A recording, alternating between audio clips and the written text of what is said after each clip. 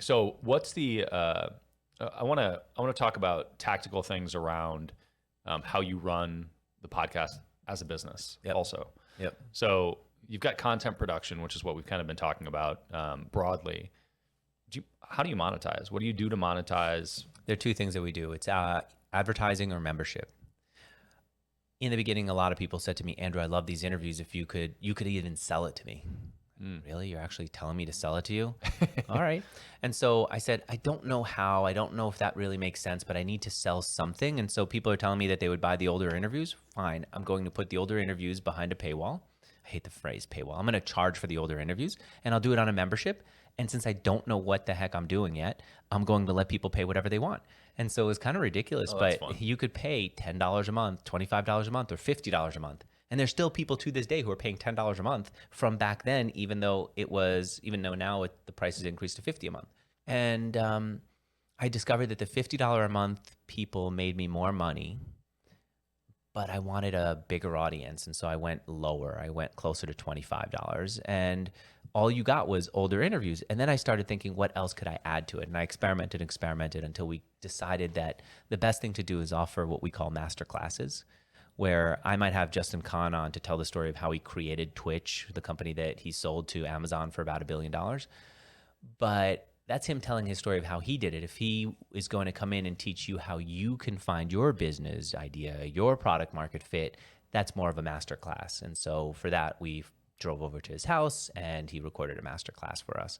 And that's part of the membership only content. Is the relationship there that they just give you the interview and the content for you to then sell? Do you have a rev share with them? I don't think that Justin Kahn, who sold this thing for $1 billion, wants a few bucks from me, especially considering that it's all.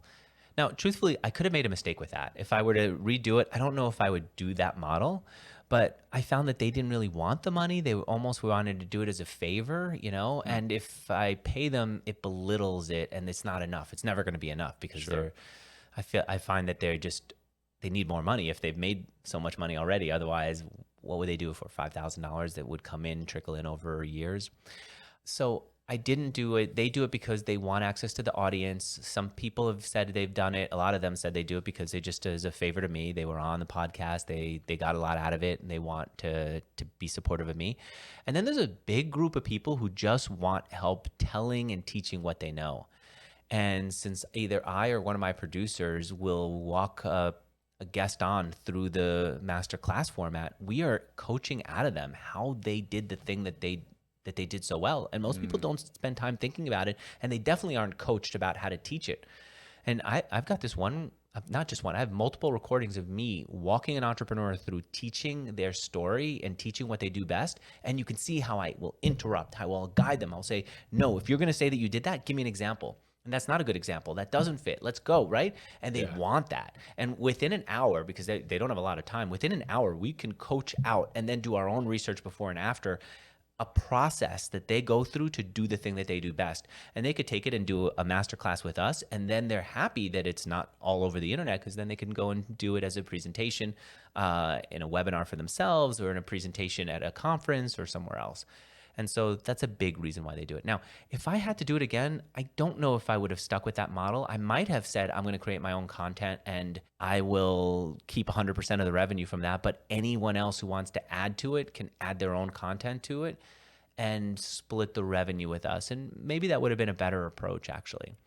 More of the Skillshare model.